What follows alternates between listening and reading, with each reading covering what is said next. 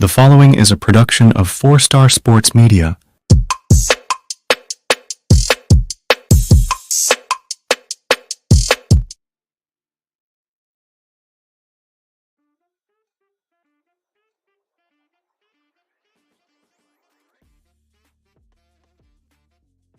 The following is a production of 4-Star Sports Media.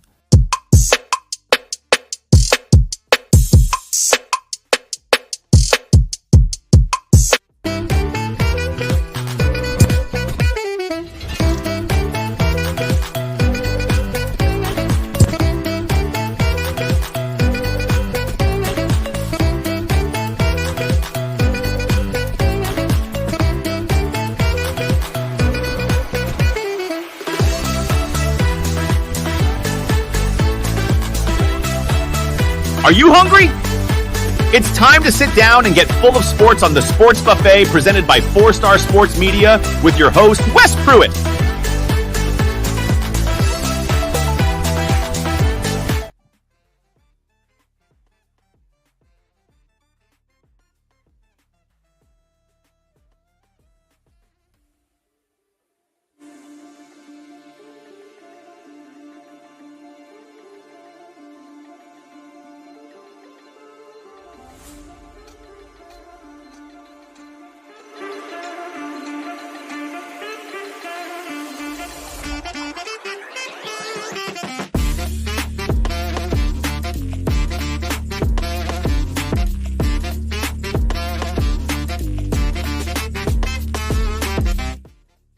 What's up, guys? Wes Pruitt, 4-Star Sports Media, and you are sitting down at the Sports Buffet right now.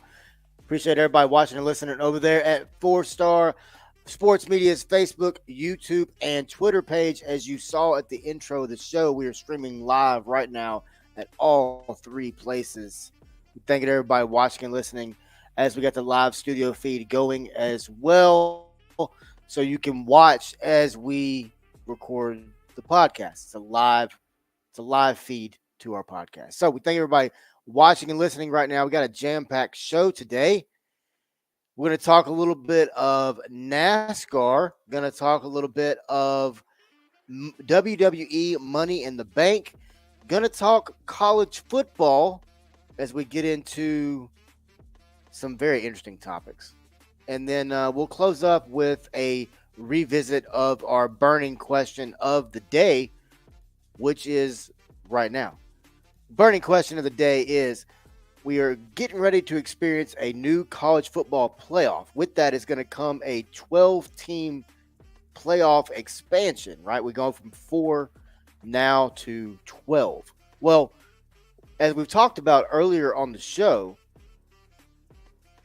we haven't even experienced the 12 yet, and we're getting ready to expand it further to 16 teams. And there's some people that want even more expansion. So we're going to get, like I said, we'll get into this at the dessert portion of the show. The burning question of the show is, how are we expanding a college football playoff that we've never even experienced? Second portion of this question is, how does it help the sport? And we'll get into that more as well.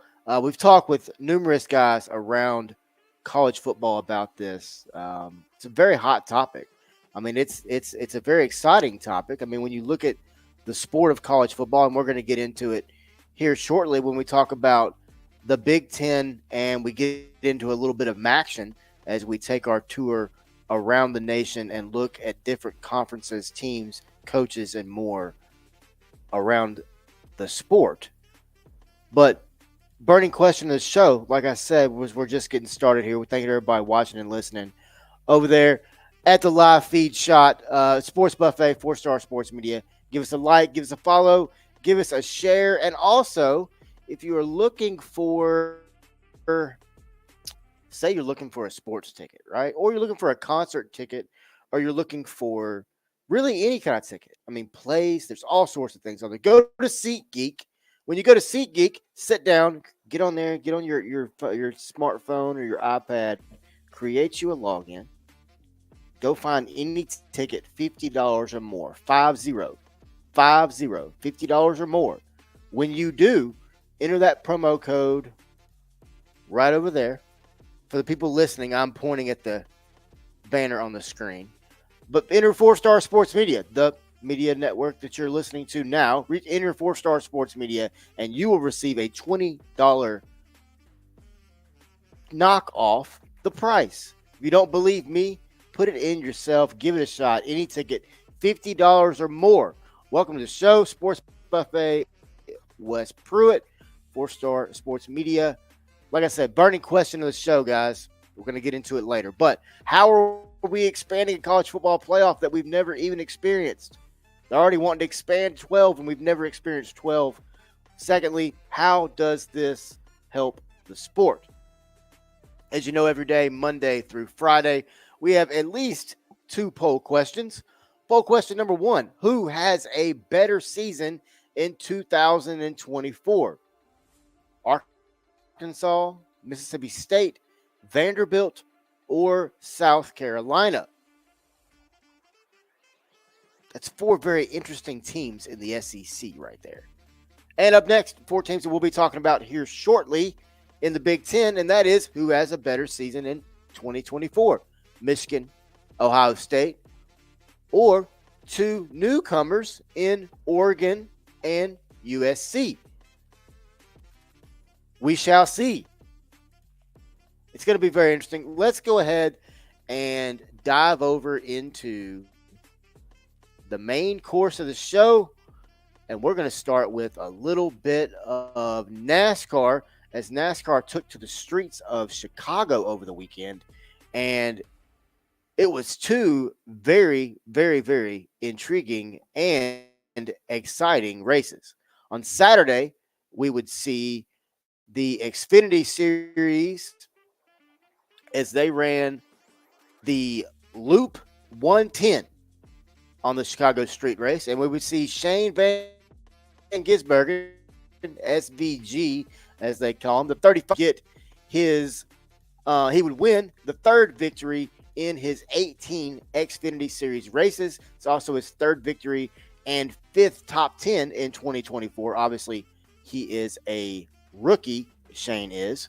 It's also his 1st victory and 1st top 10 at Chicago Raceway or Speedway. Ty Gibbs would post his 1st top 10 of the race and his 2nd top 10 of 2024. Kyle Larson would also get his first top 10 of the year in the Xfinity Series. A lot of the um, Cup drivers ran this race on Saturday to get an idea of how the track is going to handle certain conditions, get an idea for how the track runs with extra cars when you're going full speed. It's out there practicing. Obviously, Shane Van Gisbergen, or SVG, was the highest finishing rookie. He's a rookie and he won the race. But SVG, when you look at this guy, he comes in last year, wasn't even in the series, and wins. And now he comes back this year in the series, rookie, and he's won again in Chicago. This guy is incredible to watch. SVG is my surging driver of the week when it comes to NASCAR in the Xfinity Series. He's done an amazing job. But to watch him just weave and maneuver and work his way through, because this track was literally through the streets of Chicago. It was very, very cool, very, very fun to see the backdrop of Chicago, and then you see these cars just screaming down the road. Also, what I liked was the radio-style broadcast that NBC brought you. You had Mike Bagley in turns 1 and 6. You had Boyer down. Or I'm sorry, you had Jeff Burton down in turn 11. But we would not see the weather that we would see on Sunday. We'll get ready to get to that in just a minute. But yeah, SVG, Shane Van Gisbergen, the 35-year-old, would take the number 97 WeatherTech Chevrolet to victory lane. Cole Custer continues to lead by 38 points over Justin Allgaier. But when you look at this race, very, very interesting race. A lot, like I said, a lot of fun. Shane Gisbergen ended up with 51 points, ended up with 6 playoff points. In stage 1 and 2, he would get 10 points and he would get 51 points for those 2 stages. When you look at it, Kyle Larson finished 3rd. Parker Kligerman would finish 4th. Jesse Love would finish 5th. Connor Mosack would finish 6th. Austin Hill would finish 7th.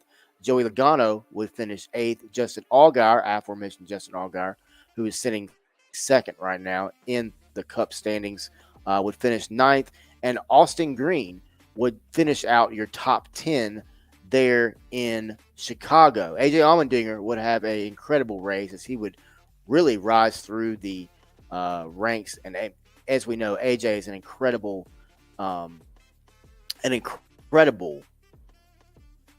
driver of road courses.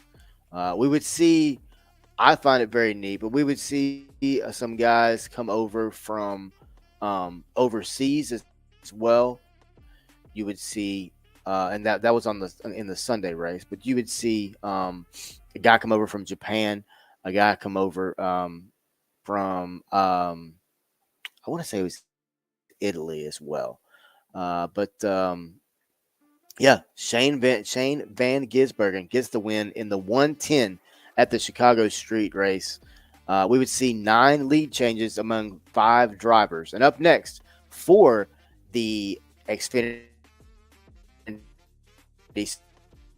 Series is July 13th from Pocono Raceway, as all 3 series will take an angle at Pocono. So up next, let's go over the Grant Park 165, which was the Cup Series, NASCAR Cup Series, where we would see a wild, a wet, a lot of wrecks, kind of ugly. But I mean, that's really, honestly, that's kind of what this track has really turned out to be. Is really kind of an ugly track, but a lot of fun on Sunday, as Alex Bowman would get the win. And after the race, we would see Bubba Wallace give Bowman a little rub, and not in a way of that we're getting ready to talk here shortly when we talk wrestling. But He basically put him in the wall earlier in the race, and Bowman talked about it. He addressed it after the win. Speaking of the win, that was the 80th. It snapped the 80th race that Bowman had not won. He had not won in 80 races. Also, his first race since Bowman broke his back. So that's very impressive for Alex Bowman. He would talk about it very openly after the race. And he would say this: we're going to drink. So I don't know if anybody watched, okay? But Bowman after the race would say a few things, okay? One of them was, he said, I broke my back, and after that, we sucked. He said, quote, I broke my back. We sucked for a long time. You start to second guess everything, end quote. Alex Bowman said that post-race. He also would go on to say, we're about to drink so much bourbon, I'm probably going to wake up naked on the bathroom floor again. Well, my question is this: has anyone checked on Alex Bowman today? Have we heard from Alex Bowman? Do we know where Alex Bowman is? I mean, these are all very, very valid questions that we have. Where is Alex Bowman? Is Alex Bowman okay? Is he okay? Is he alive? Is Bowman doing all right? Have we heard? Has anybody heard from Alex Bowman? Let me know if you have. Because the guy is, he said it. We're going to drink a lot of bourbon tonight. We're going to party it up. And then he felt bad because his wife wasn't there. So he said he's probably going to get in a little bit of trouble there as well. But, yeah, Alex Bowman, big time win. They had to Pocono as well, like I said.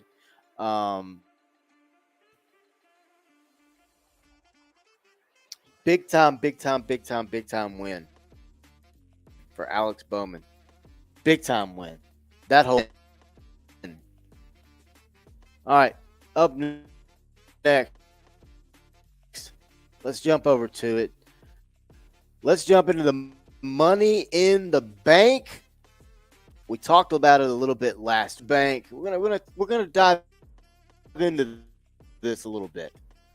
So, as we know, Money in the Bank was in Toronto, Canada. Toronto was in the Eastern time zone. This took place Saturday night, 6 o'clock Central Time. Very, very, very interesting. Very interesting storylines. But up next after this is SummerSlam. So it's kind of a buffer premium live event, but it's really not, because this event sets a lot of things in motion for the next 365 days, because whoever climbs the ladder gets the briefcase, has a year to cash in. A lot of storylines here. So you've got, you've got Yeet. You've got Damian Priest, Dirty Dom, Dominic Mysterio coming out looking like Morgan Wallen when he walked in. He had that hat on with the sunglasses, walking behind Damian Priest. I'm telling you, he looked just like Morgan Wallen. It was hilarious. But let's go back, okay? Let's figure out what is Money in the Bank. So the first ever Money in the Bank ladder match took place at WrestleMania 21 in 2005.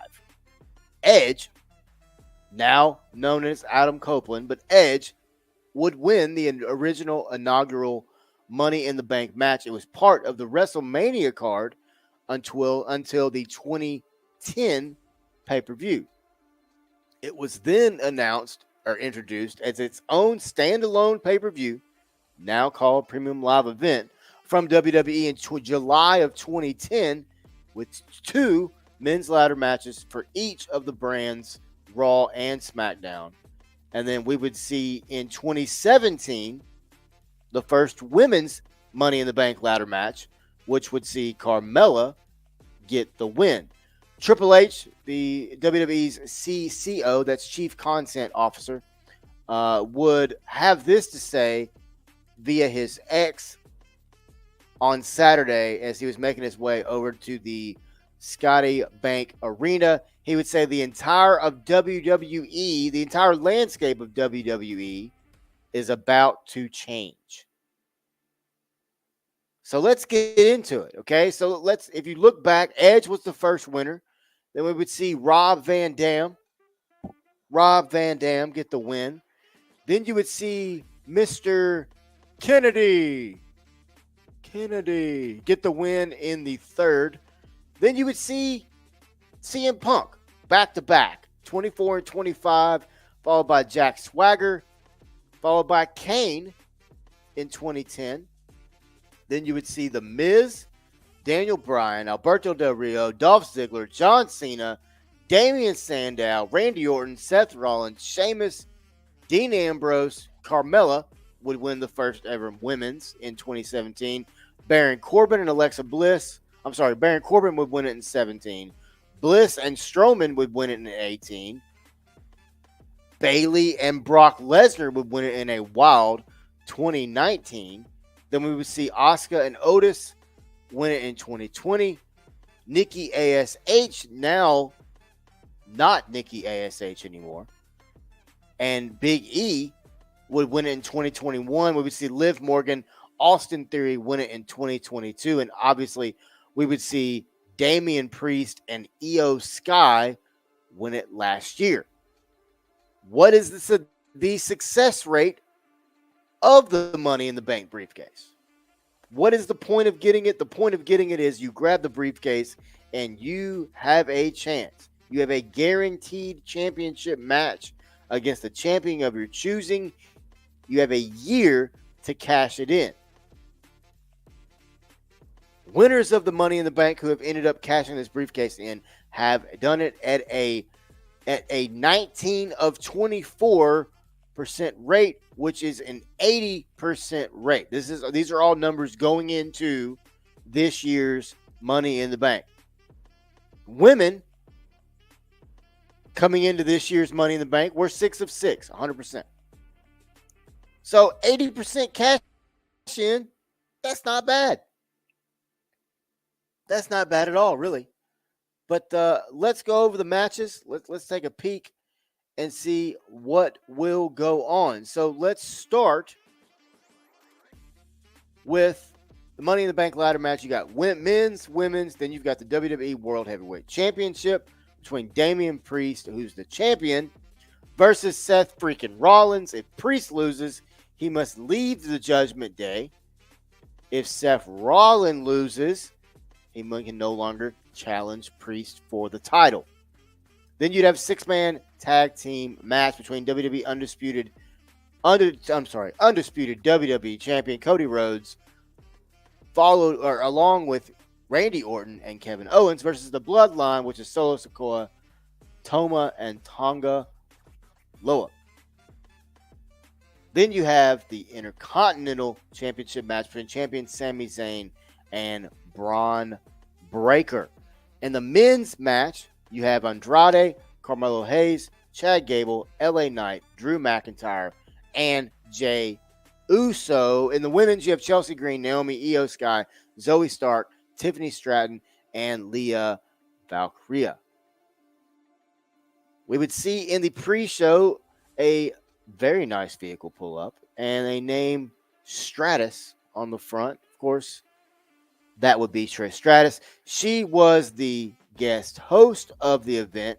She would start the event and then throw it over to Samantha Irwin, who would just deliver a absolutely beautiful rendition of the Star Spangled Banner. Trish would say at the beginning, "It's good to be home," and I'm so excited that I get to introduce you to the night that will change WWE forever. Are y'all catching on? Those of you watching and listening, are you catching on to a theme there? Triple H says it'll change WWE forever. Now Trish Stratus says it'll change WWE forever. I'm just catching on to a little theme here. Yeah, so let's start out. Money in the Bank ladder match would kick it off. Jey Uso, yeet, would come out first. Electrifying entrance, crowd would go nuts. Andrade would come out. Then we would see LA Knight, come out. Chad Gable, still looking around for the Wyatt Six, would then come out. Carmelo Hayes would then enter. Then we would see Drew McIntyre enter the match.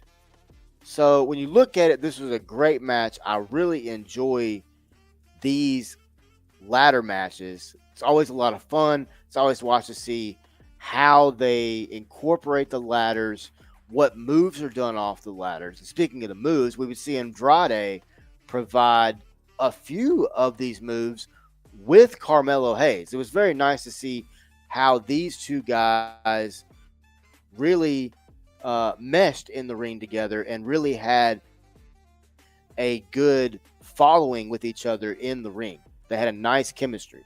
But you would see Andrade deliver a sunset powerbomb flip with Hayes onto a ladder. It would take them both out of the match, but the fans would go nuts. It was the second of the high risk moves, like I said, involving a ladder. Then we would see Chad Gable, like I said, still a little loopy, a little worried about the Wyatt Six. We would see Chad Gable have a very strong showing in this match. Wrestled really well. Obviously, Chad has got the strength. We know that. Chad's very, very strong in everything he does. But he would suplex LA Knight onto a ladder outside the ring. And that would take both of them out. It would also prevent Knight from winning the ring. But it would also allow it would take Knight out. But it would allow Gable to climb the ladder. But Jey Uso removed the ladder. So Gable ended up running up, hitting the floor, running up, running around, holding on to the strap before crashing to the mat. So we would think that Jey Uso would have the win. The crowd wanted Jey Uso to have the win. But then we would see Drew McIntyre enter and climb the ladder to win the match after throwing a ladder at Jey Uso, who was inches away. Jey would climb the ladder. Drew would grab a ladder and literally chunk it at him, smack him, knock him off. The fan favorite in Jey Uso would be knocked off. Drew McIntyre would get a win, and he now has a chance to regain a championship after losing it to last year's winner, who is the Money in the Bank, who is the now champion Damian Priest, who has a match later on tonight. He cashed in on Drew. So now, what will Drew do? Will he cash it in now? Will he wait? Drew has a second chance again. CM Punk cost him his title in last month's Clash of the Champion when he had it won right in front of his own country.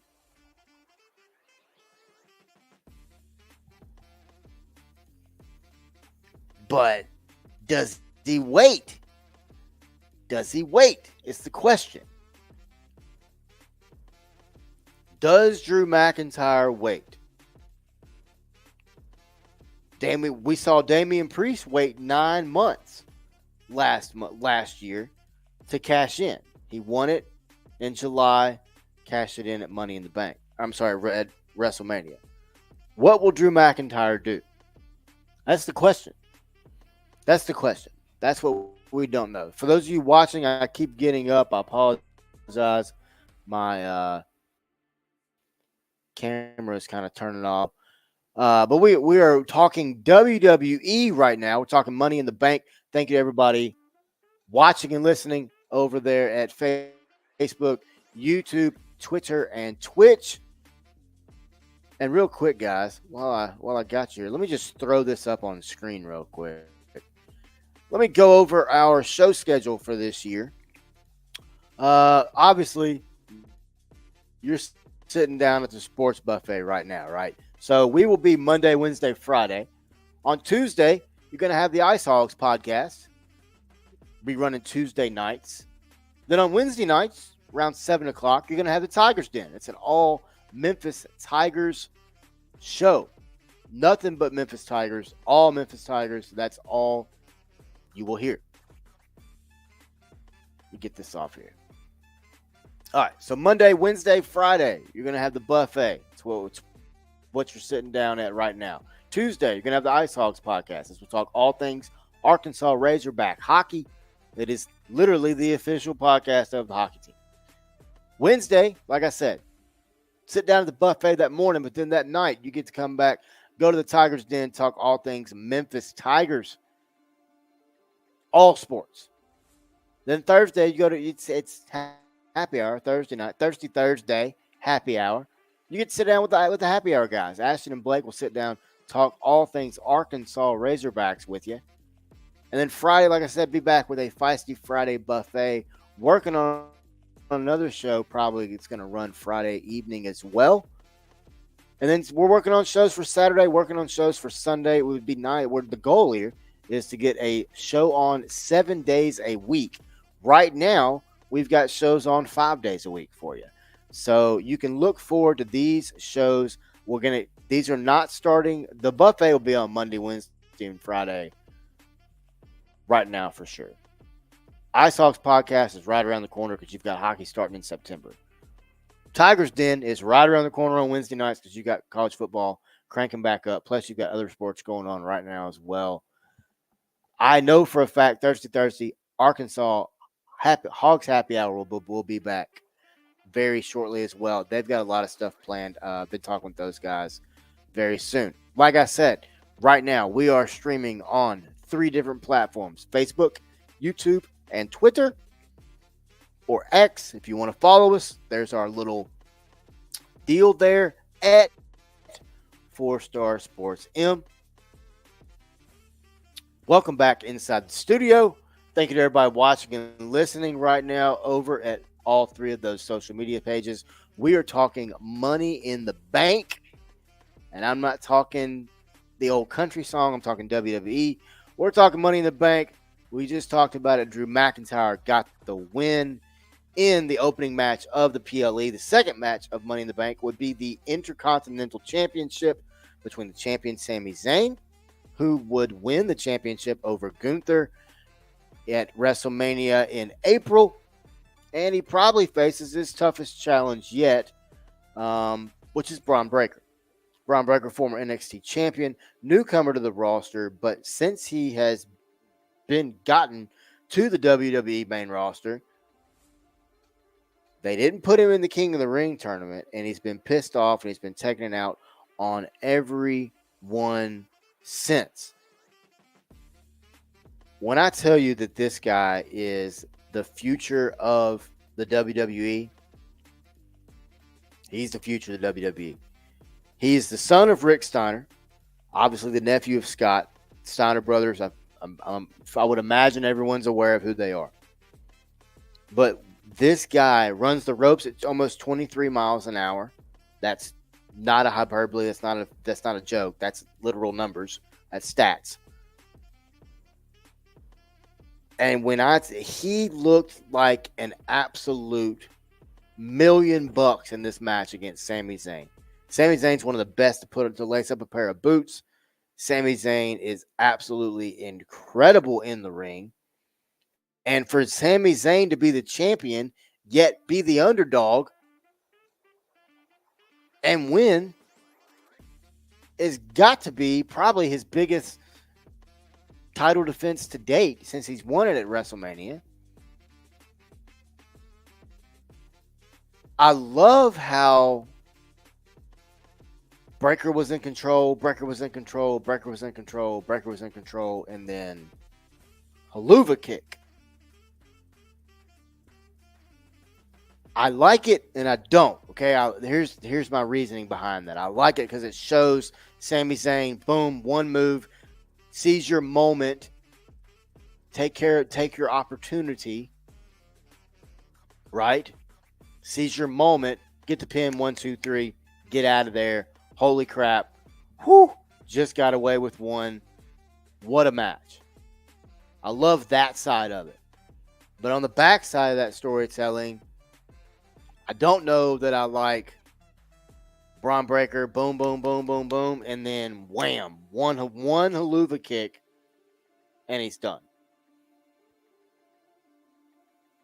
I don't know. That I don't know. But something else that I do know, which was very interesting actually, is that we would see John Cena. Trish Stratus would introduce him, 16-time world champion, but obviously the crowd would go nuts. But he would make a very interesting announcement. He last appeared at WrestleMania in April when he had a run-in, obviously, during the final match between Roman and Cody, right? But Cena would go on to say that at next year's WrestleMania, which is going to be in Las Vegas, that's going to be his last match. He would go on to say that he plans to compete in the 2025 Royal Rumble and the Elimination Chamber in early 2025. The 47-year-old would begin his career in WWE in 2000, and he's no doubt a Hall of Famer. He would move on to the movie roles, have incredible roles, numerous movies. He's made an incredible transition over to the entertainment side of things. But when you look at John Cena, I mean, he started out in Ohio Valley Wrestling as the prototype, and he was one of that stable of guys that all came out of Ohio Valley Wrestling, and that was John Cena, who was the prototype, Dave Bautista, which was some like Lavothian or something weird name. Then you had Brock Lesnar. Then you had Randy Orton. That was the four. But I mean, you look at those four guys. That's Jim Ross signed those guys. He was head of talent relations at the time, and that's four of the top guys that's ever been in the business. And John Cena nicknamed the prototype in Ohio Valley, and look at what he did. He came in with ruthless aggression, literally. He rocked out and slapped Kurt Angle and grabbed the microphone and said, "Ruthless aggression." And that's what began the ruthless aggression era of WWE, which is what we're currently, I guess, on the back end of, in a sense, I guess. 24 years later, Cena's still doing it. Cena still, 24 years later, garners that attention. He garners that follow. He garners that respect for what he's done. And I mean, that's tough to follow, right? But how does Triple H and WWE follow it? Championship match. Seth freaking Rollins, Damian Priest. Here are the stipulations once again, in case you were just joining us. We thank you to everybody watching and listening right now over at 4-Star Sports Media, Facebook, YouTube, and Twitter. We appreciate you guys as always. But here are the match stipulations. If Priest loses, he has to obviously give up the title, but he also has to leave his faction of the Judgment Day. So, if Seth Rollins loses, Seth Rollins can no longer challenge for the WWE title if Priest is the champion. I mean, when you look at it, this is two of the top guys in WWE. But it's also two guys who have both cashed in their Money in the Bank in iconic fashions. We would see Damian Priest do it last year, as we talked about earlier, after Drew McIntyre would get the win. But we would see Seth Rollins in a iconic fashion,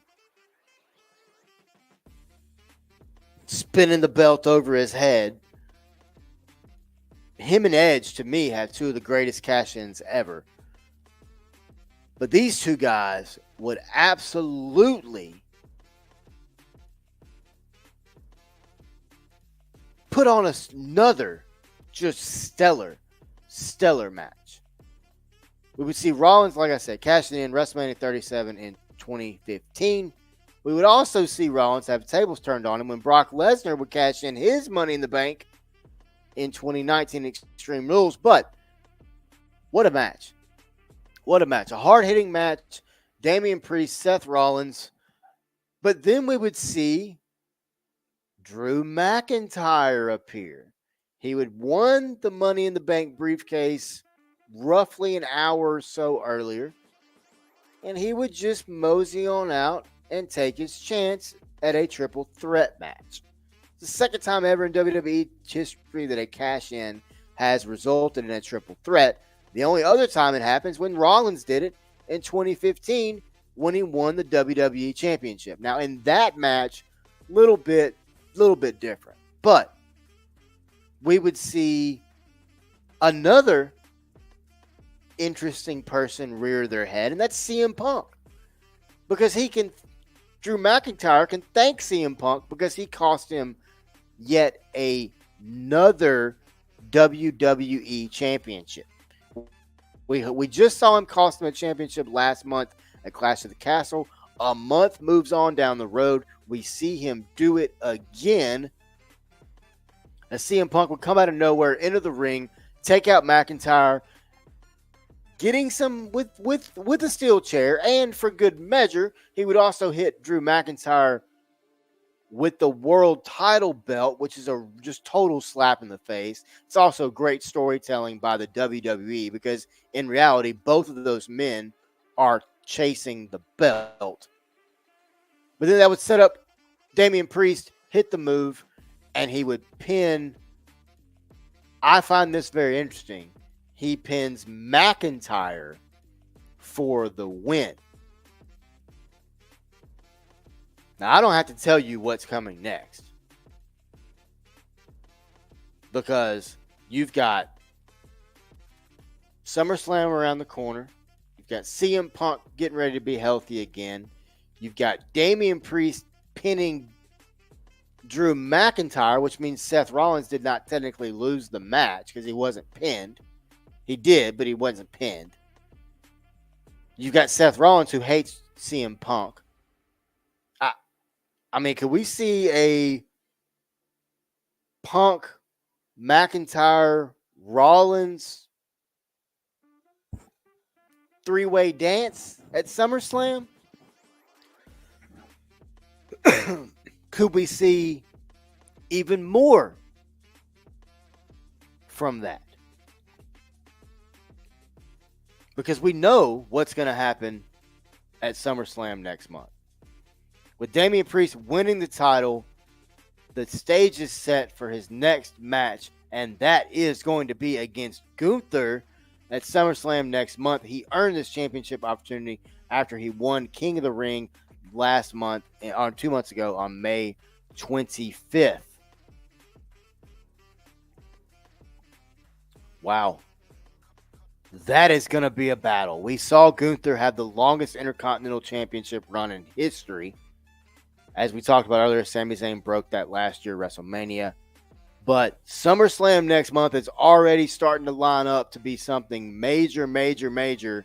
It's starting to make sense why we heard that phrase of changing the future of WWE with Triple H and Trish Stratus. But next month's going to be a lot of fun. But let's get back to Money in the Bank. We would see the women's Money in the Bank ladder match between Io Sky, Tiffany Stratton, Chelsea Green, Naomi, and Zoe Stark and Leah Valkyrie. Io Sky was also looking to become the first woman to win the Money in the Bank ladder match 2 years in a row. And as we talked about earlier, CM Punk is the only person who ever has done this in back-to-back years. So let's get into the match. I think this match was the match of the night, to be honest with you. I don't think there was any other match in the entire night that delivered on numerous different check boxes that I check when I watch wrestling. Athleticism. Where's the aggression? Where's your just fearlessness to just let your body go and just have and put on a absolute as I'm not trying to steal what Sheamus says, but a banger. An absolute banger. These women did whatever they could do, whatever they had to do to get the briefcase. No regard for their body. Tiffany Stratton would deliver an Alabama slammer on Naomi onto the ladder. Nasty move.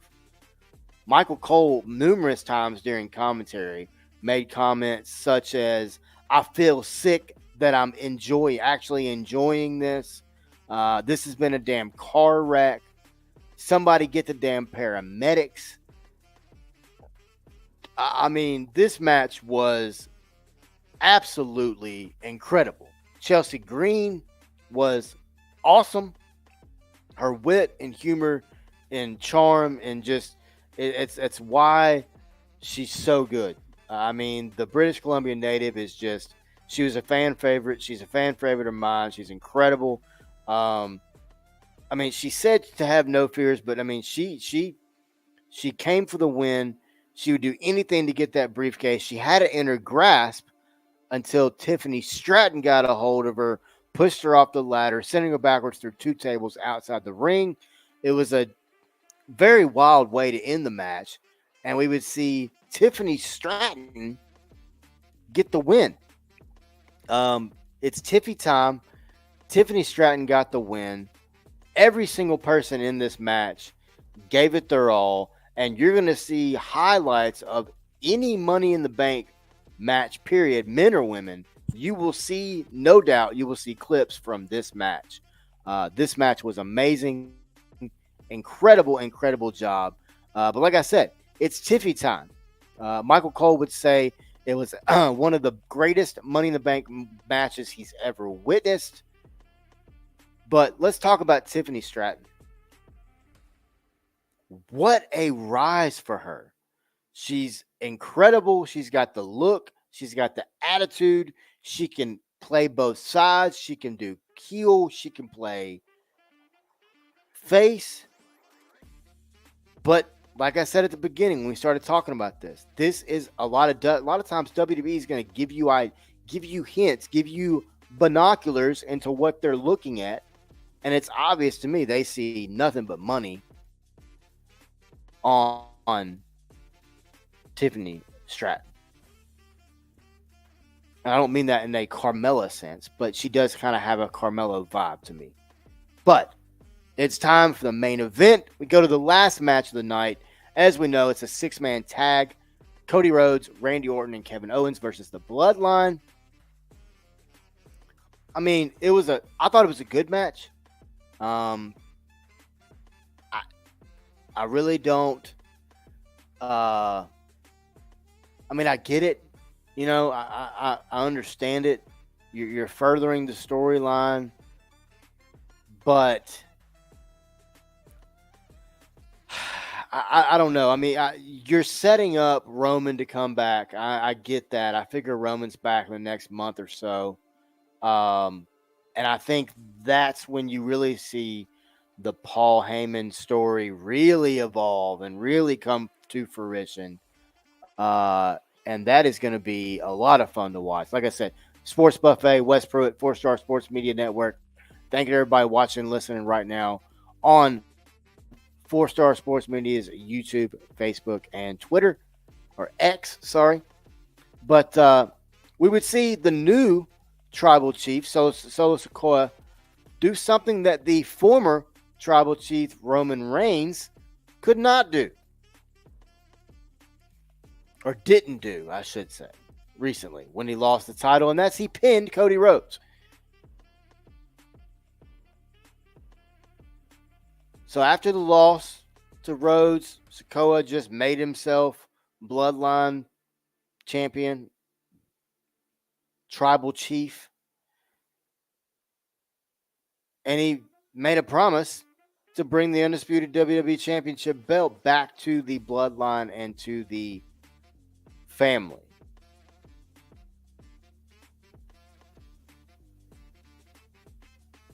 He would deliver a Samoan spike on Cody Rhodes for the win. The referee being knocked out earlier in the match resulted in chaos ensuing in the ring. But I can tell you this, folks, the rivalry between these two, between Rhodes, between the Bloodline, between Sokoa, between Roman, between The Rock, between Paul Heyman, there's a lot more to this. This storyline's got so many legs, so many little tentacles. But overall, I thought it was a really good match. I really did. I thought it was a really, really, really, really, really good match. I love the fact that you see all these different storylines that are continuing to happen. You see Drew McIntyre get the rise, get my shot. Then you see CM Punk just rip it out from under him. Because it's obvious Drew McIntyre is obsessed with the championship. And CM Punk is just as obsessed as Drew is for that title. Punk is obsessed to make sure he doesn't get it. The chase is always better. But, man, that whole storyline in itself is a lot of fun. Like I said, you've got Damian Priest. You've got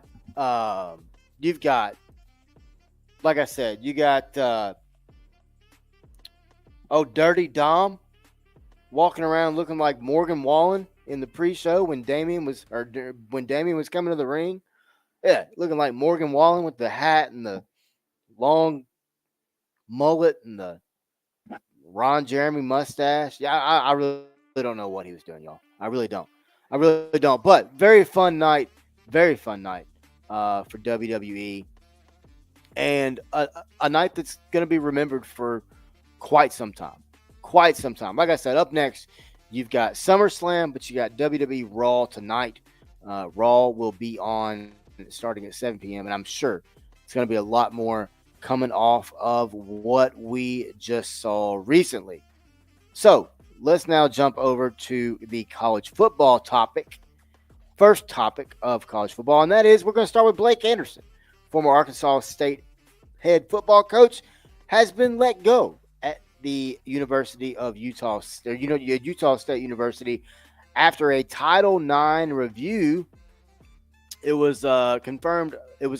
Blake Anderson was informed last Tuesday that he would no longer be the head coach after he was fired after an external review of allegations that he didn't comply with the Title IX policies regarding the reporting and sexual misconduct cases. Nate Dreeling, who had been Utah State's defensive coordinator and defensive end coach, will serve as interim coach during the upcoming season. Athletic coordinator Diana Sabal met players on Tuesday and staff to inform them of the move. The university announced in a press release that I will read momentarily, but the university also said Associate Vice President and Deputy Athletic Director of External Affairs Jeffrey Bovee, and Football Director of Player Development and Community Austin Albert were fired for violation of university policies related to the reporting of sexual and domestic violence and failures of professional responsibilities. Boone was the Utah State interim athletic director in 2023. Utah State said Anderson would be fired for actions that took place in the spring of 2023. Utah State noted that Title IX policies, quote, require full and timely reporting of disclosures of sexual misconduct including domestic violence, and prohibit employees from investigating disclosures of sexual misconducts themselves. School officials did note that Anderson had 14 days to respond to the university's decision. Tom Mars, an attorney representing Anderson, said Utah State lacked justification and to fire Anderson with cause, quote, like any university. Utah State could fire Blake Anderson for any reason as long as they paid his buyout, Mars said. Quote, however, based on the facts alleged and the language in Blake's employment agreement, USU is going to be fighting an uphill battle if they try to fire him for a cause just to avoid paying Blake what he's owed. Stiffing a head coach by blaming him for what his supervisor allegedly failed to do is a novel approach that hasn't been tried before, but the theory will never hold up in court, end quote. Per Tom Mars, attorney representing Anderson. Anderson would post a 23-17 record in 3 seasons at Utah State, with the Aggies reaching bowl games in each of those years. He would go 11-3 in 2021 before going 6-7 in each of the last 4 years. Like I said, he would join Utah State after going 51-37 at Arkansas State from 2014 to 2020. As we know, Blake's wife, or former wife, Wendy, passed away in 2019 after a 2-year fight with breast cancer. He would return the second game of that season and help Arkansas State go 8-5 at the end of the year. The press release per Utah State would read as the following. This is per the press release per Utah State. Utah State University officials informed head coach Blake Anderson on Tuesday of their intent to terminate his contract agreement for actions taken in spring 2023. These actions violated both the employment agreement and university policy. Under his employment agreement, Coach Anderson will have 14 days to respond. The decision comes after a thorough external review of alleged noncompliance with university policies that implement Title IX, which require full and timely reporting and disclosures of sexual misconduct, including domestic violence, and prohibit employees from investigating disclosures of sexual misconduct themselves. It says, quote, this morning USU Vice President Diana Sabo met with the team. There she would name defensive coordinator, like I said, Nate Drilling, as the interim head coach.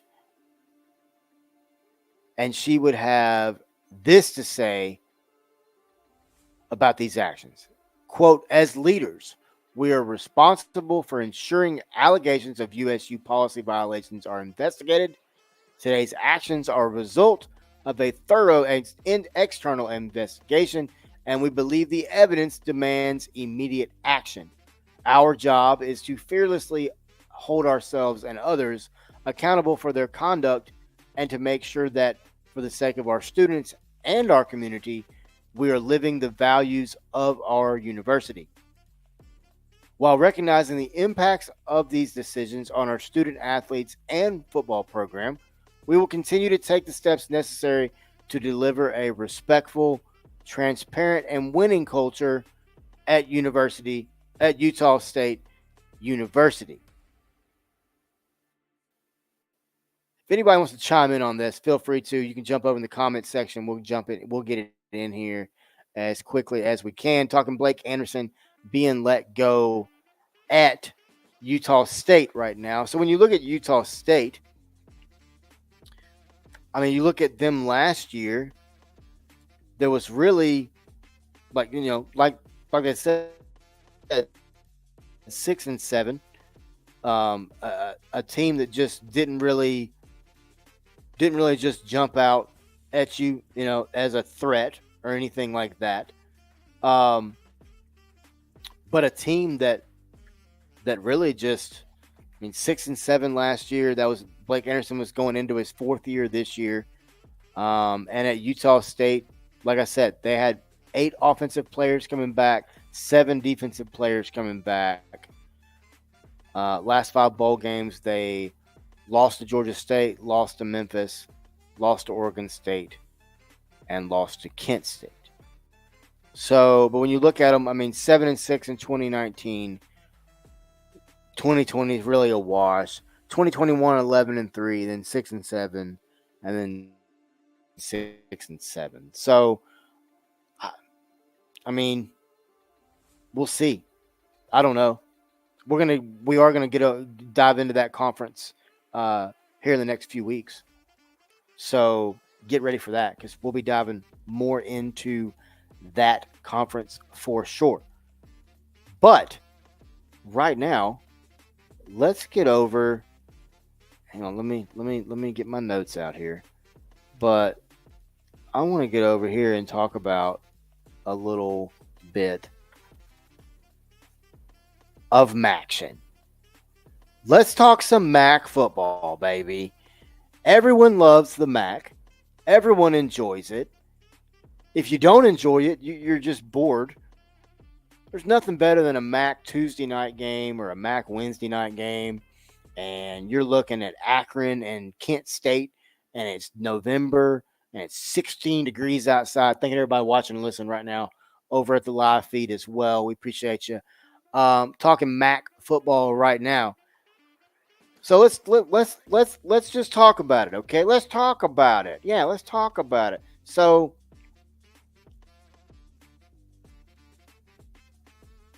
12 teams in the conference. Obviously, Miami of Ohio is the favorite. They're 42-17 in the last 20 MAC games. That's obviously top in the MAC. But I will tell you this. My surprise team, and I've got John's surprise team as well. John couldn't be on the show today, but I've got John's surprise team as well.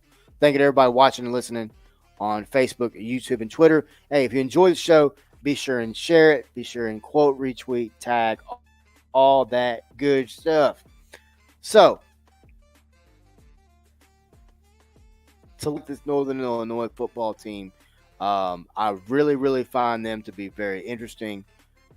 Like I said, we're going to get more into it here shortly. But Miami is obviously the favorite. Kent State's going to struggle. Akron's going to struggle. The directional Michigan schools, who knows what those schools are going to do? They're all kind of in there together. This is always a fun conference to watch. It's always a fun conference to pay attention to if you do pay attention to it. But like I said, Miami of Ohio last year 11-3. Chuck Martin, guy's been there 11 seasons, done an amazing job there. They returned 6 offensive starters as well as 6 defensive starters, and they start off the season at Northwestern. Started off at Northwestern. Miami of Ohio leads the series 7-3, including 4-2. 4-2 straight up. So when you look, 4-2 at Northwestern. So they last met in 2022. Very interesting. So you go Northwestern, then you a bye, then you got Cincinnati, who's going to be tough. It's a rivalry game. Then you got at Notre Dame. If you play well at Notre Dame, this team has a chance to make some real noise. Like I said, I talked about Toledo. They were also 11-3 last year. John's surprise team is the Western Michigan Broncos. They were 4-8 last year on the season, but when you look at Western Michigan, you got 2 really toughies, 2 just friggin' hard-ass games come off the jump. At Wisconsin, at Ohio State. John said he thinks they've got a chance at Wisconsin. John also has John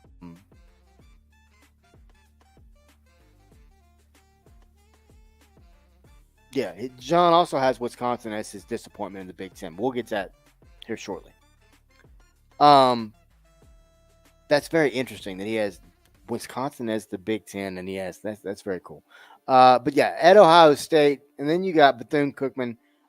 John thinks Western Michigan could be really, really good. Like I said, Central Michigan was 5-7 last year.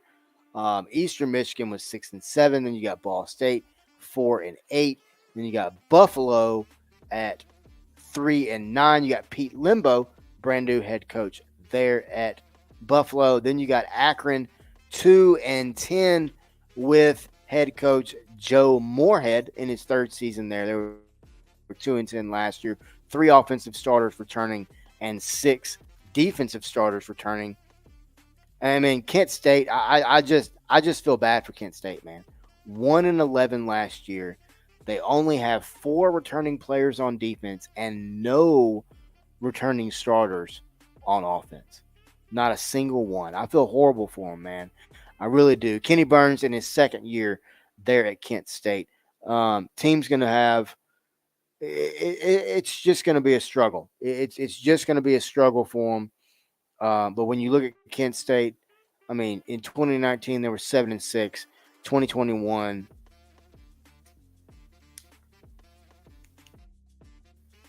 7-7. 2022, 5-7.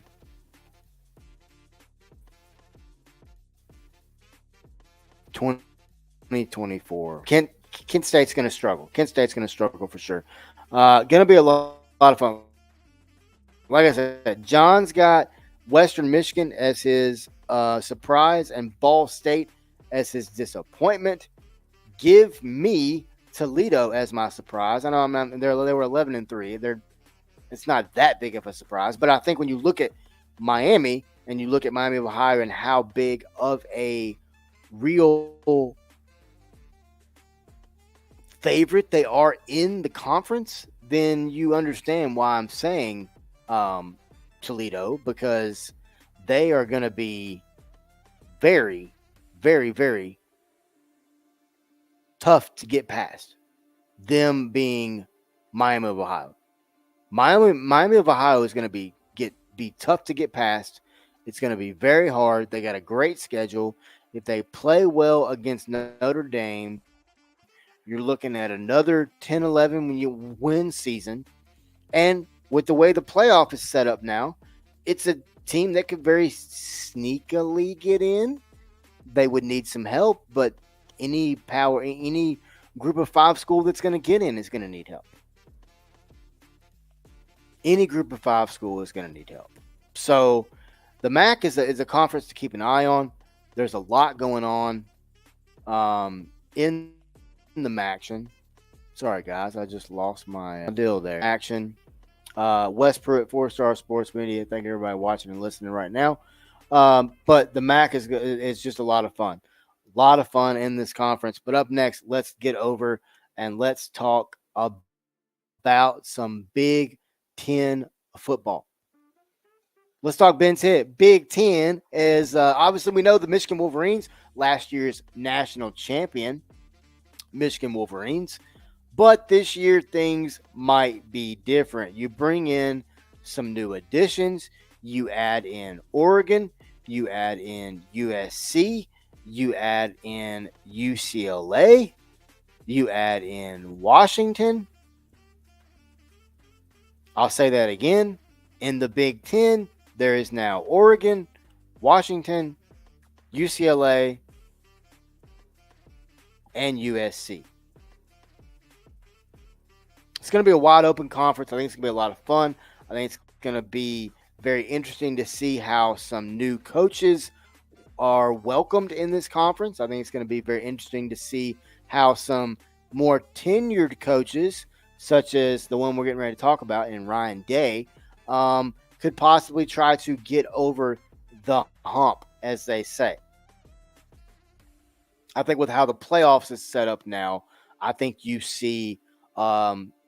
see Ohio State push to get into the playoffs, even if they don't win the conference. Even a second-place team in the Big Ten has a really good chance of making the college football playoff.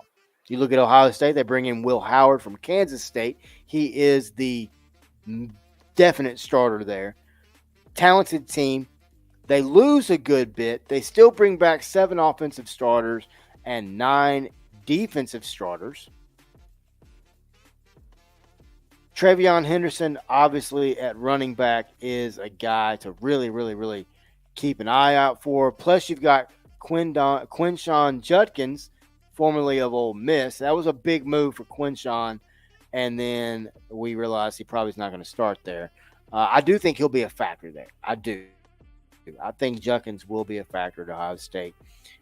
I think one of the more interesting moves for this team is one that we talked about with Tony Siracusa from Last Word on College Football right after it happened, and that is that they have a new offensive coordinator, and he was formerly the head coach of a team that is now in the conference in UCLA, and that's Chip Kelly.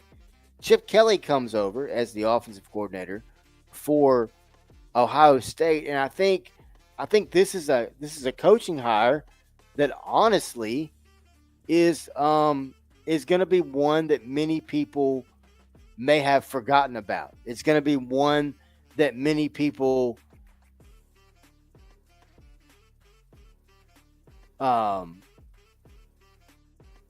it's one that many people may forget just how good is as a play caller.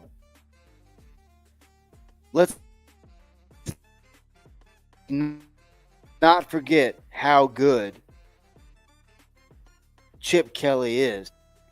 I mean, I'm sorry, when he's not running an entire program. When Chip Kelly's not running an entire program, Chip Kelly is incredible at what he does. He does an amazing job. An incredible job. Thank you to everybody watching and listening right now over at the live feed as well. We're talking Big Ten football right now. But yeah, Ohio State, obviously, it's going to be the favorite. I think Oregon's a team you really got to look out for. I don't think you can sleep on Oregon at all. Obviously not. Dan Lanning doing an incredible job there. They return 8 on offense. They return 9 on defense, going into his 3rd year as a head coach, also 3rd year at Oregon. But when you look at it, I mean, the schedule lines up pretty daggum well. Not too tough. Idaho, Boise State, Illinois. I mean, really nothing. Really nothing on that schedule that's really going to scare you. They bring in Dylan Gabriel. That's going to be very, very interesting. You bring him in. He comes in from Central Florida. You bring in some other guys as well through the transfer portal. All these coaches are really active in the portal as well. A team that I think you got to look out for, and a team that I really don't think you can sleep on, but I think that many do because I feel like there's a stigma against this team, and that is the Penn State Nittany Lions. I don't think you can sleep on Penn State. I think Penn State really is a team to look out for. When you look at their schedule, they start out at West Virginia.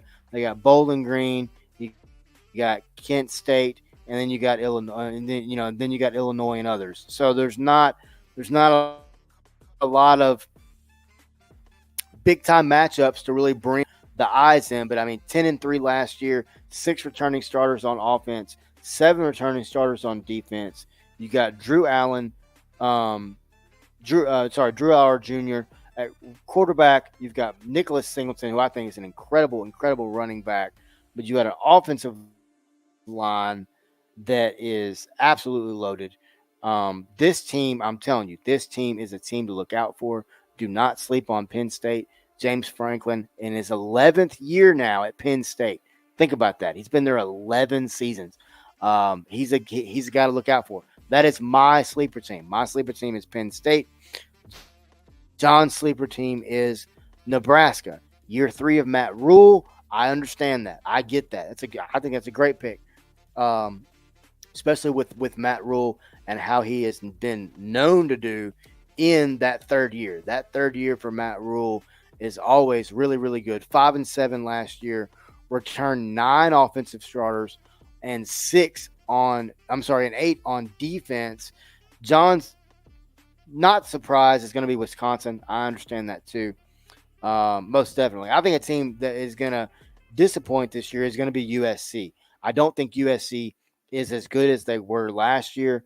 I don't see it. I don't see the talent they got. They only bring 5 guys back on the offense. You do bring 9 back on a very talented defense, but I just don't see um, where this team really, really, really just gels in 2024. I don't. Luke Fickle in his second year at Wisconsin, 7-6 last year. John thinks they're probably going to win 5 or 6 games this year. I can see it. I mean, South Dakota's not going to be easy. Alabama's a tough one. Then you've got a bye week and you go at USC, Purdue, at Rutgers, Northwestern, Penn State after Penn State's on a bye, and then at Iowa. Then you got a bye week. You go at Oregon, at Nebraska, Minnesota. Not easy at all to do at all. But Maryland's another team, 8-5. Maryland's a sneaky team, very sneaky. A lot of people are not putting a lot of stock into how good Washington can be. We know what all they've lost. We know what all they've gotten rid of. But look at what they brought in. You bring in Jed Fish, incredible head football coach, incredibly smart offensive mind. You bring in a quarterback, Will Rogers, who actually transferred when Kellen DeBoer was announced as head coach, and he stuck it out and stayed at Washington. We know what Will Rogers can do. Washington's another team to definitely keep an eye on. Kurt Kignetti at Indiana, first year head coach, third overall, but gonna definitely struggle there. Brett Bielema in his 4th year at Illinois. I love their helmets that they've got going this year. I don't know if anybody's seen those, but their helmets are very nice. It's very nice. UCLA, Deshaun Foster, very, very high on him. He likes Deshaun Foster a lot. Northwestern, I think, is a team you got to kind of keep an eye on. They've been consistently really well. Michigan State, I don't think is going to be very good at all. I think they're in a lot of trouble. They're in Sparty land. The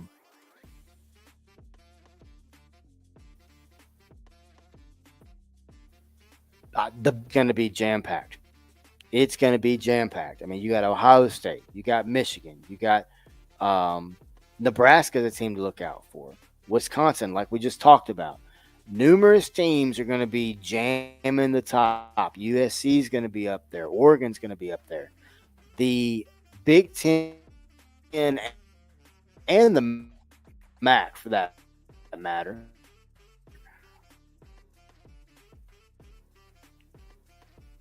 definitely going to be a lot of fun as we, and as we continue. Like I said, we go through this every week. We're just taking 2 conferences on every Monday show, taking 15-20 minutes a conference, and just kind of diving into it, um, figuring out who's who, what's what. That's the show. So let's go back. Let's go back to the burning question of the show. How are we expanding a college football playoff that we've never experienced? How does this help the sport? So as we talked about at the beginning of the show, we went from 4 teams last year, which was exciting, to now we're doing 12 this year. And then it's been announced that they're going to go to 16. And then there's going to be more. They're going to continue to expand. Thank you to everybody watching and listening right now. 4-Star Sports Media, Facebook, YouTube, and Twitter. If you got any comments as we wrap the show up here, feel free to throw them in there. We got this question. Plus, we got 2 poll questions out on social media. If you want to go answer those or answer them in here, it's fine too. But right now we're talking about how can you expand something that you've never done. You've only had 1 date with the college football playoff. You had 4 teams. You left a team out that was undefeated for the first time ever. I mean, we were talking about wrestling earlier. How you gonna top that match? Now you bring in 12. You guarantee there's going to be at least one group of 5 team, which somewhat includes everyone. It somewhat appeases the non-group of 5 teams. But what it doesn't do is appease the group of 5 commissioners that are out there.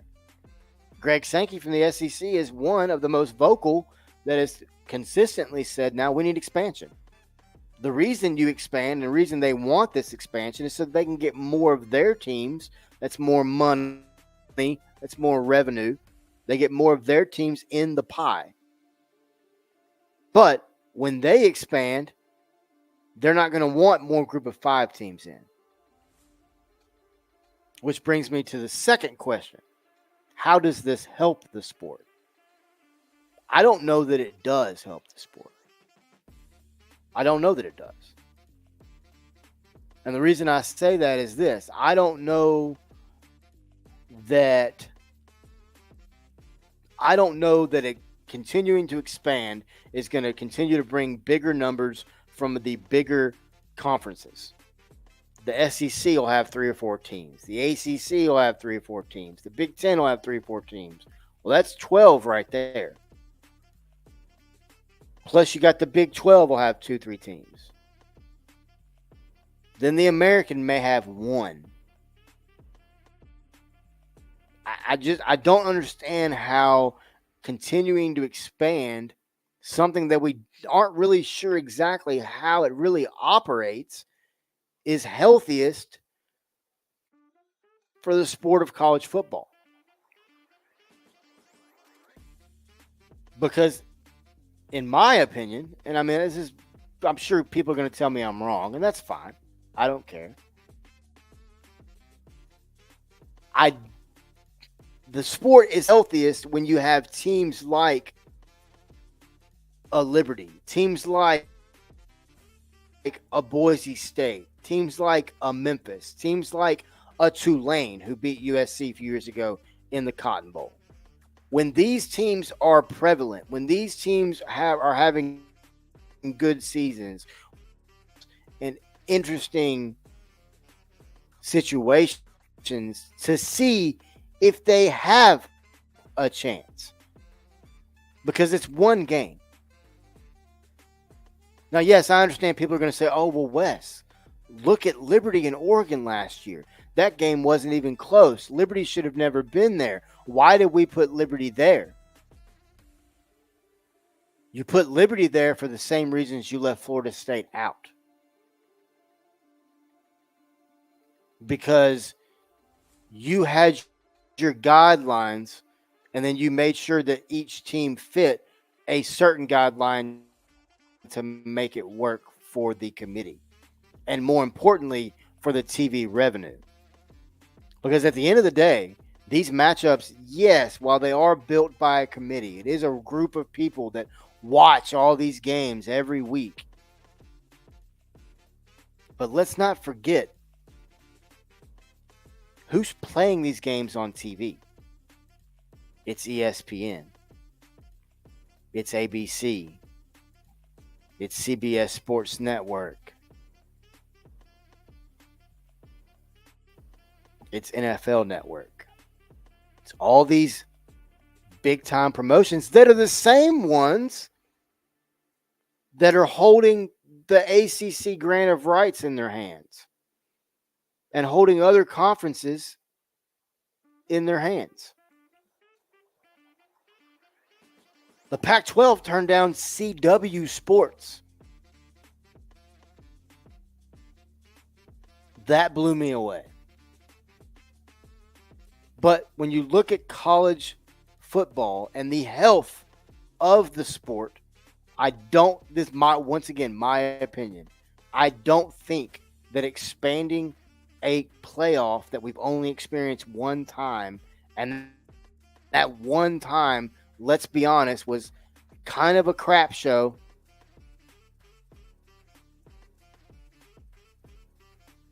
Is it good for the sport? Does it help the sport? I don't think it really does. But we'll get more into that later. All right, poll question number 1. Like I said, feel free to answer these anytime you would like. Who will have the better season in football in 2024? Arkansas, Mississippi State, Vanderbilt, or South Carolina? And poll question number 2 is, who will have the better season in 2024 between these 4 teams? Michigan, Ohio State, Oregon, and USC.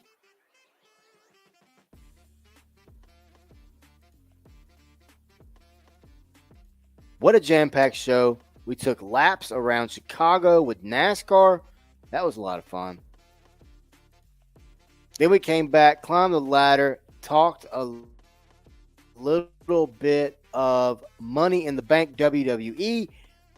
Then we dove into college football, talked Blake Anderson, talked that incredible, oddly wild situation that's nowhere near over. Then we got into a little action, got into some Big Ten football, and we closed up with an interesting topic, interesting burning question that's on our mind. It was the burning question of the day. Once again, for everybody watching and listening, if you're watching the podcast right now, you are looking at a graphic of how we stream, how we do everything. We appreciate everybody watching and listening. Once again, guys, I'll go ahead and say it on air for those of you that may be watching. If you guys want to save money on tickets, type in 4-Star Sports Media into SeatGeek, and you will save $20 on any ticket, $50 or more. Once again, we stream this show and all of our shows live on Facebook, YouTube, and X at 4-Star Sports M. That's at the number 4-Star Sports M. And for those of you that are watching on the live stream as well, we got the show schedule up for everyone. I will go back over it again as we close the show. So Monday, Wednesday, Friday, you'll be sitting right here in the sports buffet in the morning, probably between 8 and 10, somewhere around there in the AM. That'd be Monday, Wednesday, Friday. Tuesday nights, you will be listening to the Ice Hogs podcast, talking all things Arkansas Hockey Club. Wednesday nights, you'll, in addition to the buffet in the mornings, you'll hear the Tigers Den, which is going to be nothing but Memphis Tigers sports. That's football, basketball, baseball, women's basketball, volleyball, a little bit of everything, talking to coaches, talking to players, digging into all things Memphis Tigers. That's the Tigers Den on Wednesday night. Thursday, so we'll bring you Hogs Happy Hour as Blake and Ashton continue to dive into all things Arkansas Razorbacks, and they do an incredible job with that show. Then, like I said, Friday, be right back at the buffet for a feisty Friday.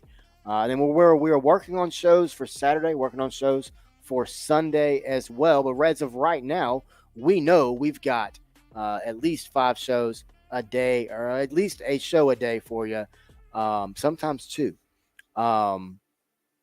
all season long. So take this schedule, clip it, save it in your phone.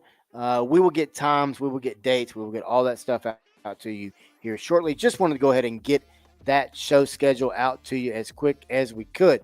But for myself, Wes Pruitt, and all of us here at 4-Star Sports Media, we thank you to everybody watching, listening, and as always, stay classy, folks.